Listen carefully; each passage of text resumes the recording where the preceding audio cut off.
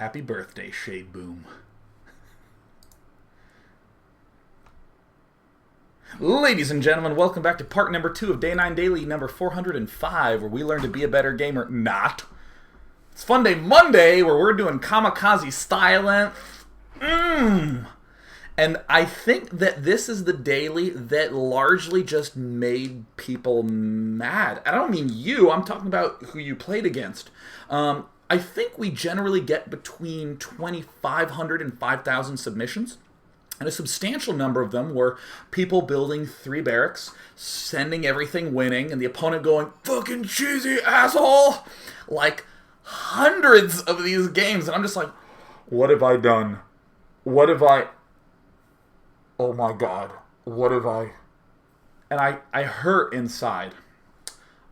But then I laughed regardless and just selected 7 games, and we're going to go into game number 3 right now. Oh, it's going to be zesty. Spawning in the right position as the inimitable, beautiful Protoss in blue. In the left, we have Fudlicious,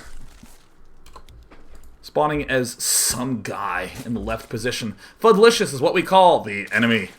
And here we have Zest is going to do a strategy that I think you can all envision right now. Suppose that you are Zest. You're hopping on the ladder, you're ready to have a good time. You're asking your opponent things like, "What day is it?"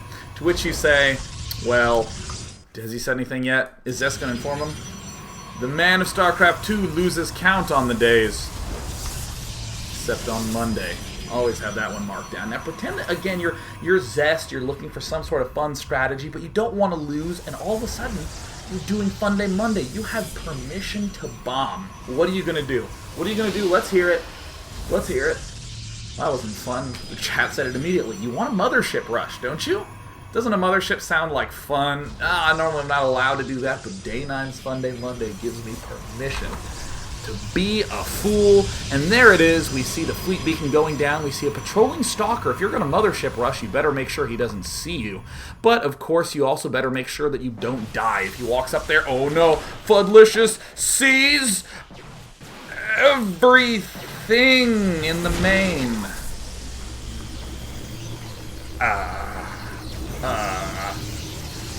Whoopsie daisies.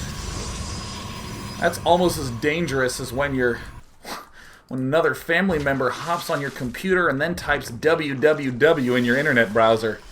Yeah, that's all it takes for you to start panicking, right? So now it looks like Zest is going to begin getting up a Void Ray. Going to begin getting up a mothership, which even on ×2 speed with non-stop chrono boost, going to go ahead and take a long time.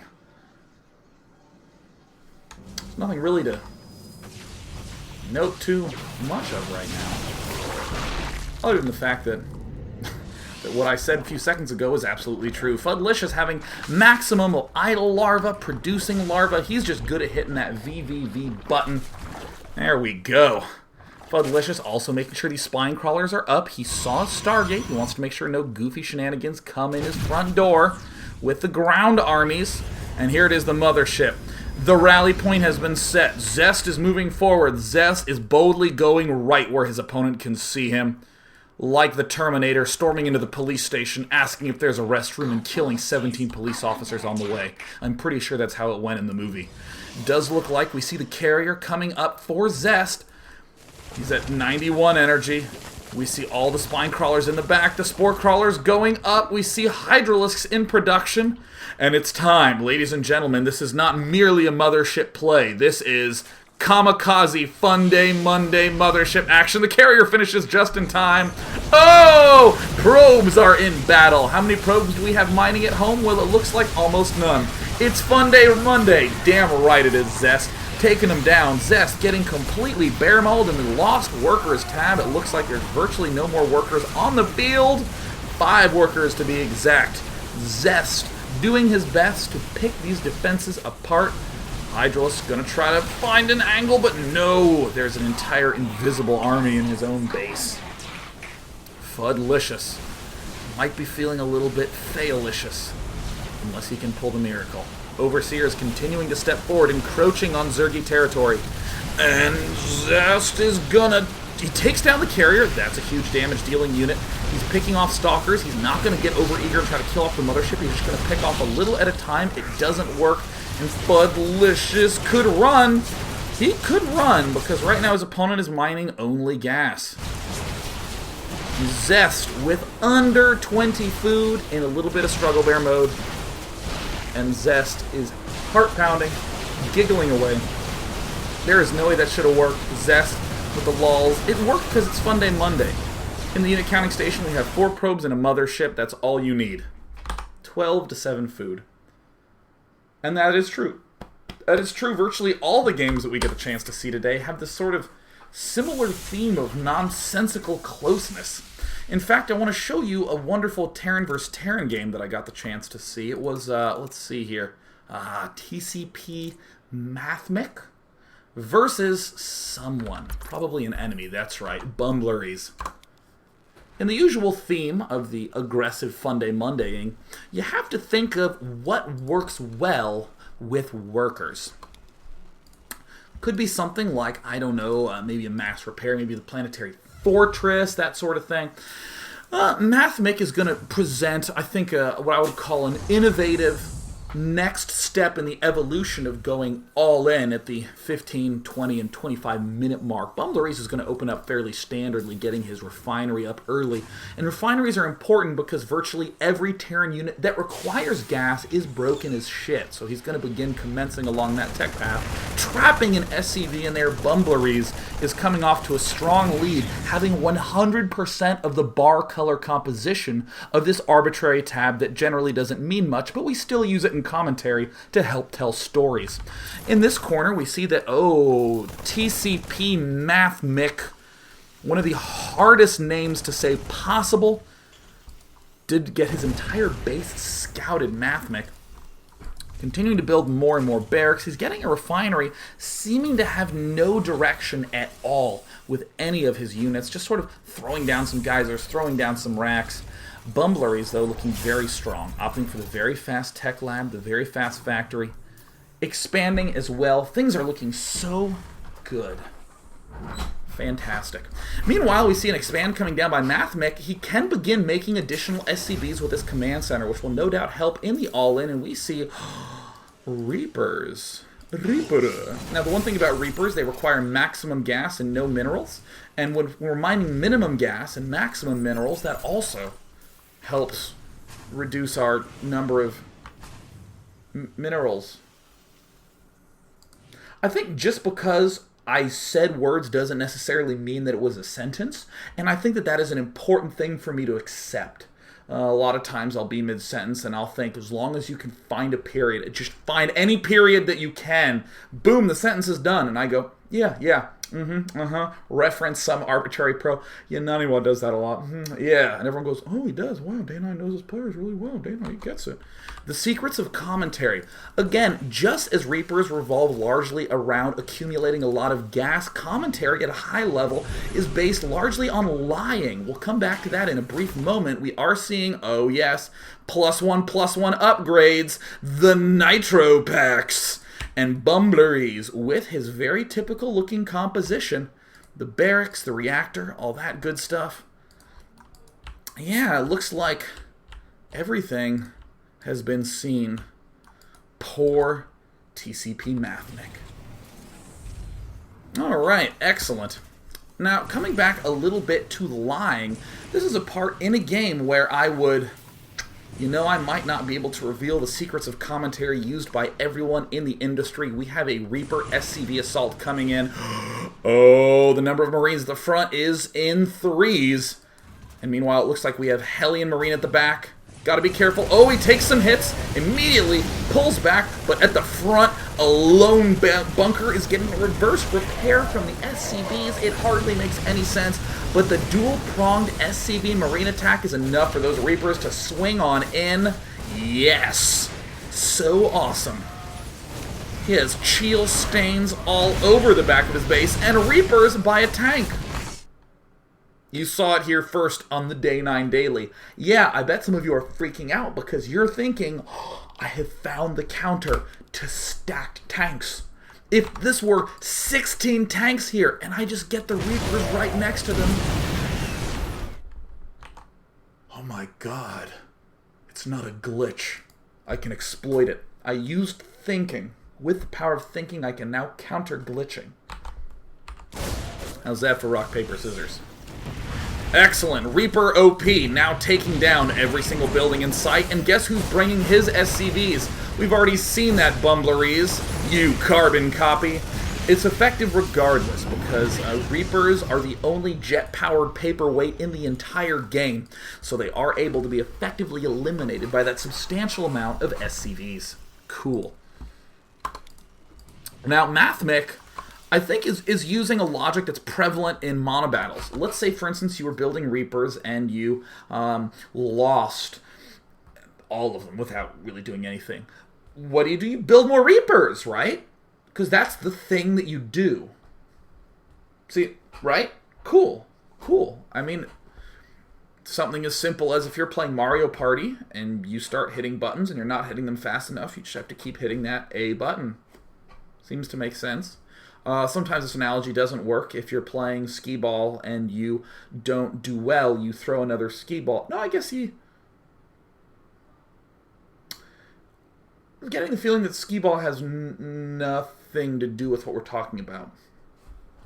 I'm fairly certain of that. If there's one conclusion we can hit to today, I think we can land on that. But were this, I don't know, say an MLG and NASL, one of these other tournaments, I would continue to run with that until Marcus says, absolutely, Sean, can't agree with you more, and then just changes the subject because he's always there to save me.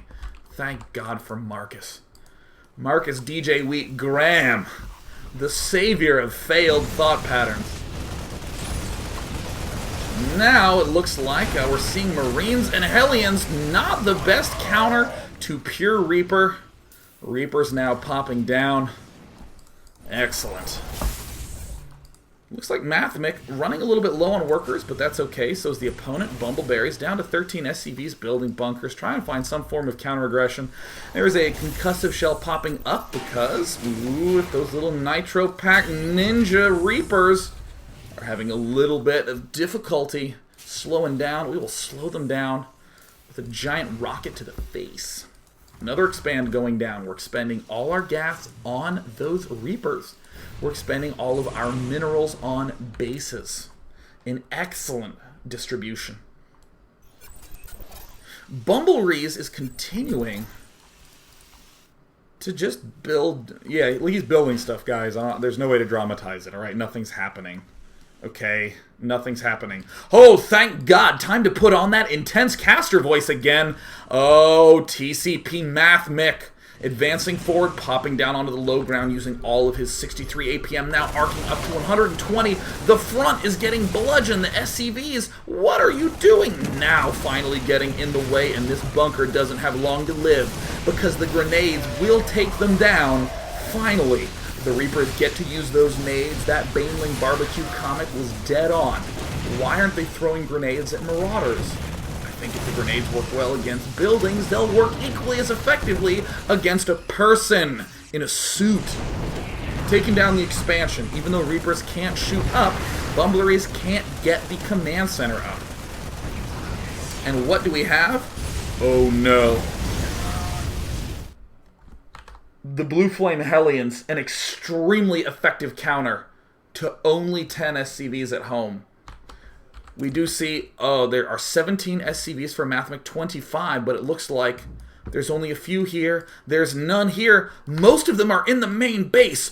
Bumbleries with the brilliant response build, sending the Hellions forthward-wise. Oh, the Reapers do manage to abate the inevitable threat of those Blue Flame Hellions, and it looks like Bumbleries is all but gone, all but eliminated, but he has a few straggling Blue Flame Hellions and Marauders on the backside. He has taken out all the SCVs, and a weirdly placed bunker, amazingly, is coming into use here, trying to pick off as many Reapers as he can. The Kamikaze mode has left him with only 8 SCVs, but has allowed him to have 250% more SCVs than his opponent.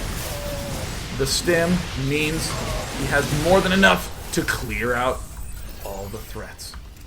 And now Bumbleries barely saves the barracks, immediately goes onto the offensive. And of course, if at first you don't succeed, Reaper again. Looks like we are seeing the Reapers continue to be produced. And like a bad case of acne, the Marauders are back. Oh, man. I hate Marauders, if you know what I mean. Doctors told me I wouldn't have Marauders after the age of 17. Well, I'm 25, and it still looks like I shaved my face with a lightsaber. Ha! Oh, man, it's a good thing I use my tea tree oil. So that way, my face gets nice and clean, and it helps me smell like a tree. Cool. Now he is coming on back in. The Medivacs advancing in. Yep, that's right. When I went to high school prom, the kids were like, Sean, my God, did you go hunting with Dick Cheney? And I was like, no. Well, yes. Seemed like an easy enough out. Or I could just be like, it's terminal.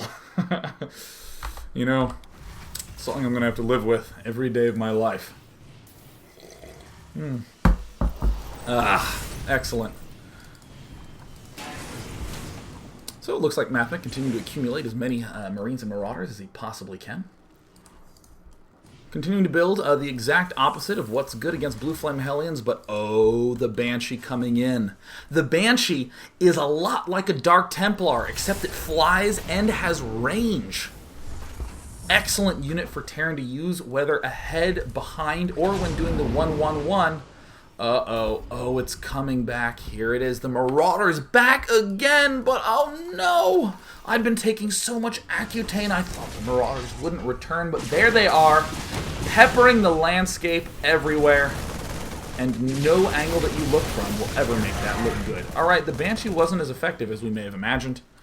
We see that the drop of Medivacs not doing particularly strong, but it looks like, oh, if we're going to mount an attack and we can't get the SCVs in the front, we're going to bring him in Medivacs. Another Banshee now swinging into the main with Cloak, a Cloak flying range. DT dies easily, but there's Marauders, the natural expansion doing as much damage as humanly possible. Oh, a Reaper SCV drop. Bring those SCVs on in. A single Banshee there in the main, helping to take everything out. Once again, it looks like, oh, the Orbital Command leaving another hairdryer on the ground. The Marauders in the main, ripping it up. They're ripping it up. It looks suddenly as though TCP Mathmic is in an excellent position. But keep in mind, a Banshee has won and lost many a game. He's lifting up to the skies, but if he loses all these supply depots, he will be unable to build anything for the remainder of the game. And the SCV is doing their part to help savage the economy, and there it goes down. But in the main base, it looks like there is the reverse 1-2 savagery. It may be a tragic case of draw. But of course, this is the Day 9 Daily where nothing boring has ever happened ever. Damn it. Even when I'm tired. Yes. Could it possibly be that Bumbleries is going to pull a comeback, or Mathmic will lock down with that Reaper SCV action? Looks like the refinery's falling down. The orbital commands cannot be shot. Reactor coming down. A single Viking could completely turn the tides. But it looks like Mathmic has only Reapers and SCVs at this expansion. He cloaks just to make sure that the units that can't shoot up also can't see, so they are both confused and helpless. And there's the starport, immediately target firing it. Great play there by Bumbleries, and suddenly TCP Mathmic is looking not so good. If he just lifts his orbital command, he'll be fine. He didn't lift his orbital command. Mathmic. Mathmic, maybe you should build more Reapers. It's okay, he has another orbital command guarded by units that can't shoot up. In response, oh, he's gonna continue to build turrets onto this backside and is gonna immediately begin constructing units that don't shoot up. Are you sensing the theme of this game? Here it comes, yes. The counter to air units is things that don't hurt air units. Now advancing in with but a single orbital command floating in the sky. Advances forward with many a medevac engaging in the fight. Suddenly, Bumbleries cannot heal quickly enough. And TCP Mathmic in Kamikaze style. Taking a solid situation. Good game. Yes! Oh, God. You know, the best part of all is that I know there's a lot of people who will type things like, well, that was not a very high-level, sophisticated match. You're not those people. I know you. You're like a crowd of rowdy Roman gladiators, you know, just, or the crowd in the arena is like, send in the tiger, yeah! You know, if his vein opens up, you're all, yeah, it was awesome! Until you get on a forum, oh, it was just not as high, I'd seem to be a low masters. And everyone always has that story, you know, like, you know, my uncle, his stepson, he's masters, and he said that this game wasn't very good. Everyone knows a guy. Everyone knows a guy, don't ya? You guys, everyone. I know a guy. Let me do my caster thing. Oh yeah, this Reaper Marauder play, yeah, MMA uses it. He says it's a really good strategy. I talked to him. He follows me on Twitter. I know a guy. It was good. So before we go to the break, just want to let you know that part number 3